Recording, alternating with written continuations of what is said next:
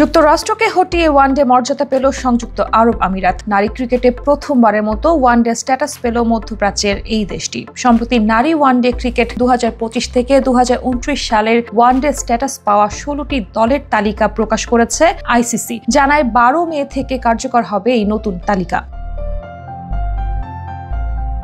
One day status পাওয়ার লক্ষ্যে বেশ কয়েক বছর ধরে লড়াই চালিয়ে যাচ্ছিলেন আমিরাতের মেয়েরা। শেষ পর্যন্ত 2025 সালে এসে বহুল কাঙ্ক্ষিত সেই ওয়ানডে স্ট্যাটাস পেল আরব আমিরাতের নারী ক্রিকেট দল। একই সাথে তাদের ওয়ানডে স্ট্যাটাস পাওয়ার দিনে এই মর্যাদা হারায় যুক্তরাষ্ট্র নারী ক্রিকেট দল। নারী ক্রিকেটে ওয়ানডে স্ট্যাটাস পাওয়ার দলের সংখ্যা মোট 16টি। এর মধ্যে আইসিসির পূর্ণ সদস্যের দেশ 11টি এবং সহযোগী দেশের সংখ্যা 5টি। থাইল্যান্ড, নেদারল্যান্ডস, পাপুয়া নিউগিনি ও স্কটল্যান্ডের সঙ্গে এবার সেই তালিকায় যুক্ত হচ্ছে আরব আমিরাতও।